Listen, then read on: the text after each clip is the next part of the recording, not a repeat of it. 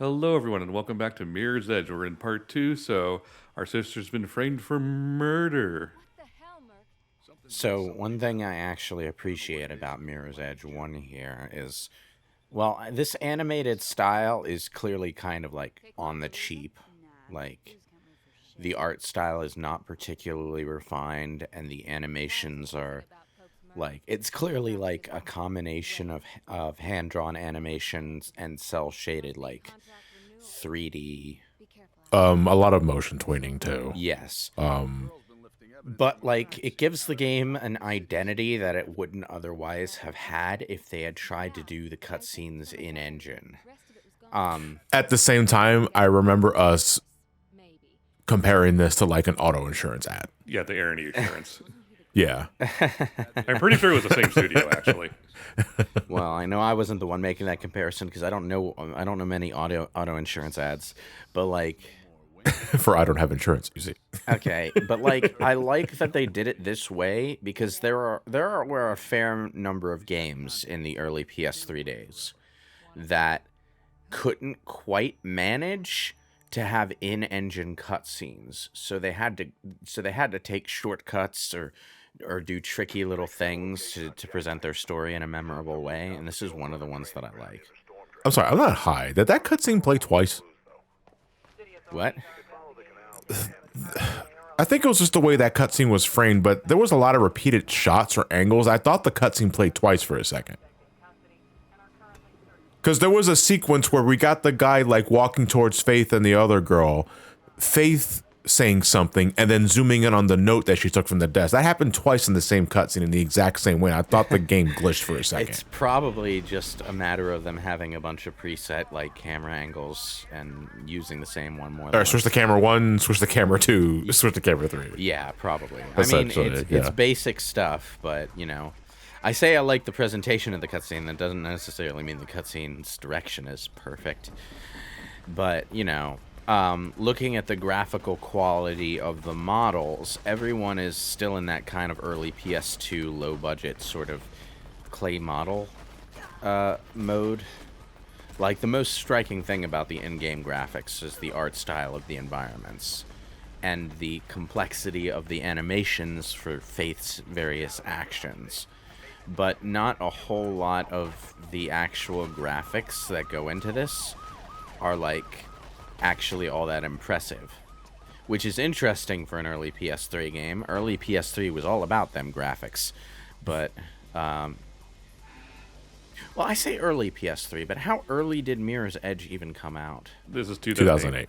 And when did the PS3 come out? 2006. Okay, so it was early-ish, but not like. But that generation technically debuted in 2005 with a 360. Yeah. And Mirror's Edge was cross-platform, I'm pretty sure. Yeah, it was. Yeah. Yeah, I played this on the 360. Well, I sampled it on the... I don't remember if I actually finished this game. I think... I definitely played... I downloaded the demo, like, for it. Because I played a lot of demos on the 360. Yeah. But I don't recall if I actually finished this game. Even, like, for, like, the original commentary we did, or just on a whim. Because the idea behind it was pretty captivating. It was like, I love platformers, and I've had my share of first-person adventures because I love playing Metroid Prime. Shit, though, that's something like from the PS3 360 generation that kind of went away, isn't it? The sheer number of demos they had available.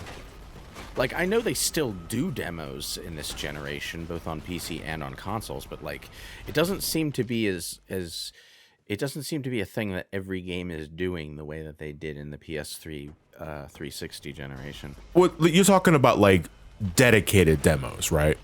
And you're downloading the full game, but we're just gonna lock out the rest until you buy it. Yeah, like eventually they started doing game trials, which are just like time-locked full copies of the game, but they had a lot of pre-release demos and stuff going on in the 360 and PS3 generation, and that was like the first generation where every console had an eShop, so every console had easy access to those demos. So like, wait, did you just jump cut back? No, I think I. So now I'm wondering if that cutscene actually did play twice in the beginning of the part. No, I don't think he cut. I think it's just the. Oh wait, this looks kind of familiar, doesn't it? I'm like, it looked like you got stuck there for a second. Faith, the psychedelics are kicking in. Oh, maybe I shouldn't have touched that evidence. Damn it! It was laced with Mirror's Edge. Okay. Don't worry, we start right here. Press the button. And you have infinite lives, right? Yeah. Like, you fuck up and you just immediately start over. Remind me, is there a button that you need to hold to like grab onto ledges? No. No, That's it just auto. happens. Okay. Yeah, because I'm thinking of like classic Tomb Raider, where if you're not holding on to that grab button when you jump toward a ledge, you just oof into the wall and I was gonna fall say your you don't grab anything. They actually included like manual ledge grabbing as an optional feature in Tomb Raider Anniversary, but it just does not fit the modern, the then modern Crystal Dynamics gameplay flow at all. Is it something that you used like a whole bunch, or just like, nah, I prefer how it was originally designed? I tried it, but it doesn't really have a lot of value in the Crystal Dynamics level design style. Because Crystal Dynamics' Tomb Raider level design style was a lot more like Prince of Persia: The Sands of Time, only with a little less flow. Whereas classic Tomb Raider is a lot more like a 3D version of 2D Prince of Persia, where it's all about your positioning and shit, and everything is built on a grid, so you're kind of like calculating in your mind how many squares you can jump if you do a particular kind of jump. Oh, great intelligence cube. It makes a lot more, it sounds more complicated than it is. You get used to it as you play, but like the grid-based system, your brain is doing a lot of snap mathematics to tell you whether or not you can reach a particular ledge with a particular jump at a particular time. Once you have a feel for it, you can do it without stopping. It's actually pretty great. But like a lot of platformy things in action adventure type games of a more modern style are all about like, hey, here's an obviously grabbable ledge. Your character is going to grab this ledge and shimmy around it and jump from ledge to ledge while climbing a wall. And a lot of the actual like positioning elements of the platforming are semi-automatic, so you don't really have to think about whether or not you can make a jump. Just like where an obvious jump is supposed to be made. Good old PS3 360 Ragdolls. Which they should never stop doing, for the record, because Ragdoll is never not funny. We get a really Sometimes- funny moment with one later in the game. I mean, it's never not funny, but sometimes funny isn't what you're looking for, you know? No, I don't care. It's It could be in the most grimdark adventure. I don't give a fuck. If that wraith that like, murdered all those villagers and the children ragdoll up in the sky, I'm laughing.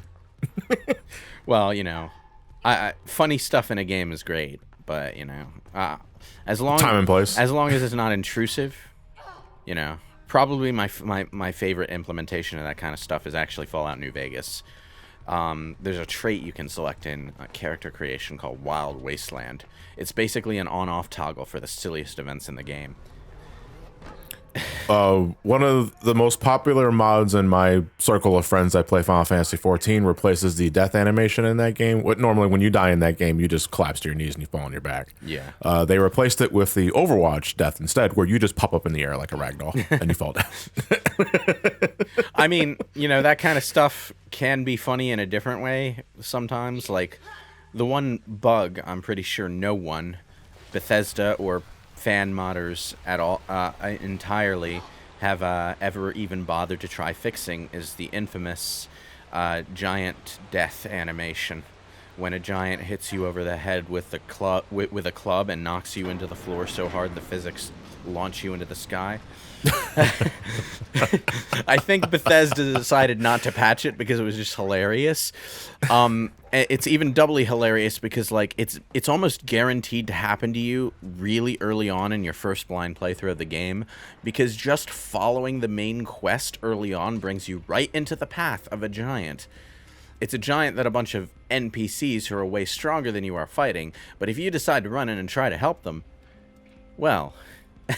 Bonk. Yes.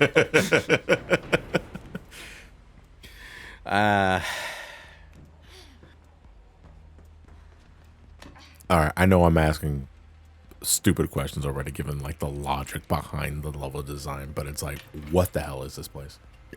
It is actually, well, it's flow control for water. Right. But there are some shutter doors that lead to nothing.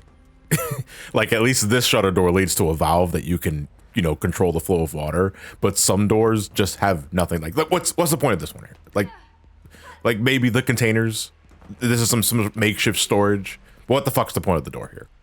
Well, I think the door is just to give it an illusion that that this place has other functions, and that you're not running through the entire building. You're just running through the parts of the building that. Maybe it's like an apartment loft.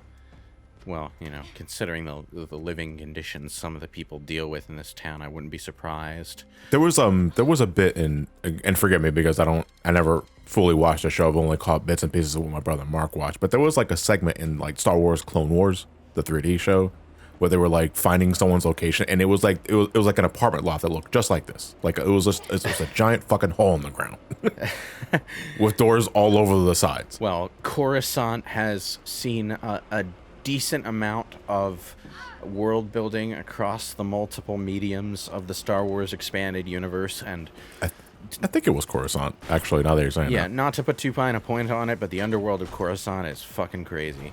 Oh, Jesus. I didn't like living anyway. Whoopsie-doodle.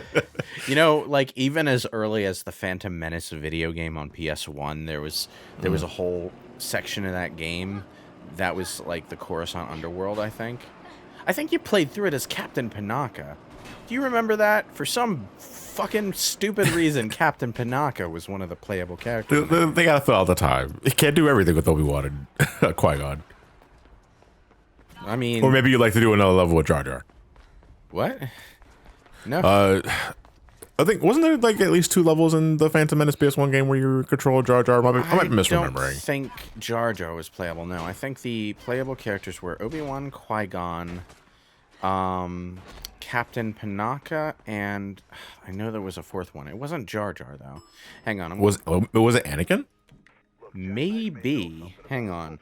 Phantom Menace PS1 playable characters. Then Google's like, why are you looking this up? Okay, it was Obi-Wan, Qui-Gon, Amidala, and Panaka. Okay, it was Amidala. Yeah, so... Oh, I remember. Maybe a Mandela effect. I thought... So, 4 skins split across 2 playable characters, basically. You said foreskin. Oh.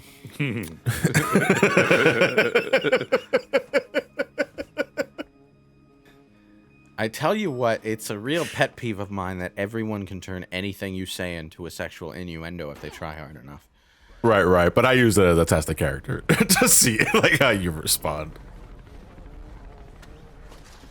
I don't know what character you're also, testing. I'm internally 8 years old. I don't know what character you're testing. I'm not sure why you picked 8 years old, because I'm pretty sure like even the most immature 8-year-old would not get that part. Oh, absolutely, I would. Oh. Like you underestimate the kind of shit my parents just allowed me to watch. Like as a kid, as long as they didn't have titty, I could watch anything.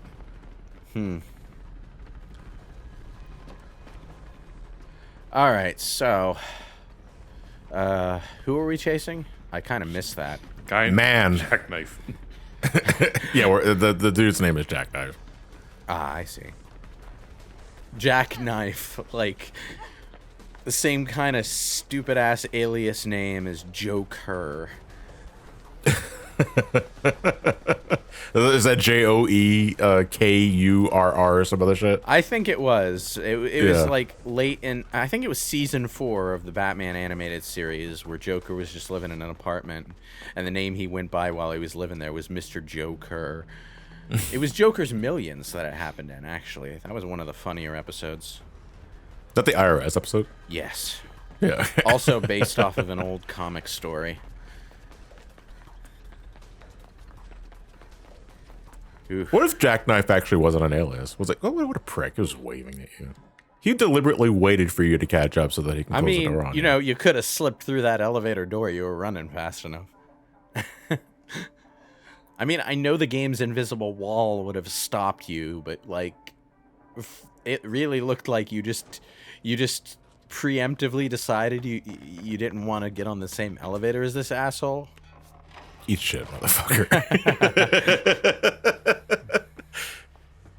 I'm not super fond of that camera flash thing that happens whenever there's a transition between like automatic cutscene and. Is that part of the game, or is that Ryan editing out a death? That's part of the game.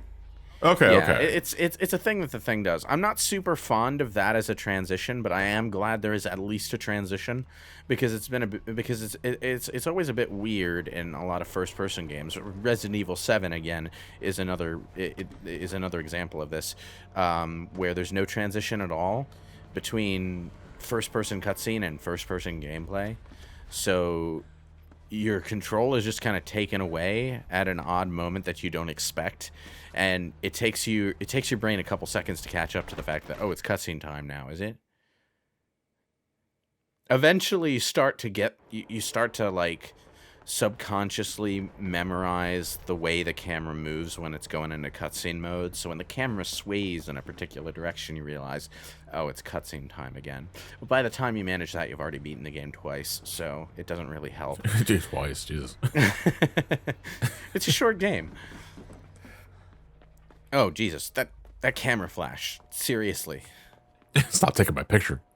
I know what you're here for, Faith. Don't call me Faithy. Why are you calling me Faithy? That mocking nickname doesn't even work. Come on. You a fan of wrestling, Faith? Pope was a wrestling fan. He even employed an ex-wrestler to handle his security. What? Travis Burfield used to go by the name of Ropeburn. Is this going somewhere? Ropeburn? Well, he's really just a thug who got lucky. And Okay, so what is this all about? To see their place. Always want to swim in the big pond. Never see the bigger fish. If I were you, You're oddly poetic for a street punk. You're just saying words. This is one of those. Like, you looked up a thesaurus, saw a lot of words. Like, I bet you I can sound smart as shit if I chain these words together without actually saying anything. He does kind of give off that energy, yeah. You know, I just picture that guy spending his free time skimming, not even reading, just skimming books on Roman philosophers, and then logging onto Discord servers run by these kind of like YouTube philosophers and pretending he knows what he's talking about. But he's really just echoing the words of the last video that he saw. Bonus points if it's an RP form.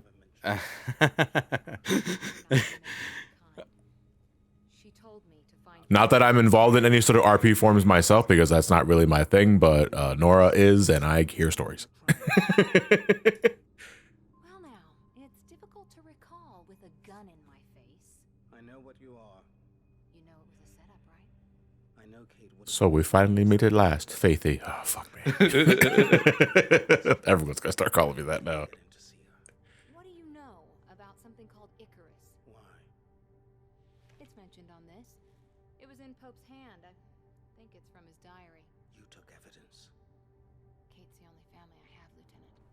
And Blue's in jail don't last long. Blues? Who's down for this? Cops. Yeah, Steve's dog from Blue's Clues. Wait, does he mean like cops in jail? Blues as in cops, right? Blues is a cop, yeah. Yeah, that would be easier to get if the cops standing in front of us weren't dressed in white. I think pigs might have been too direct. Maybe? I don't know. She wouldn't have described her sister with that word. She definitely strikes me as someone that would describe every other cop I'm as just a like, pig, my brain struggled to make a connection with what I was seeing on the screen. It's like, Blues? Faithy, what the fuck are you talking about? His uniform is pure white.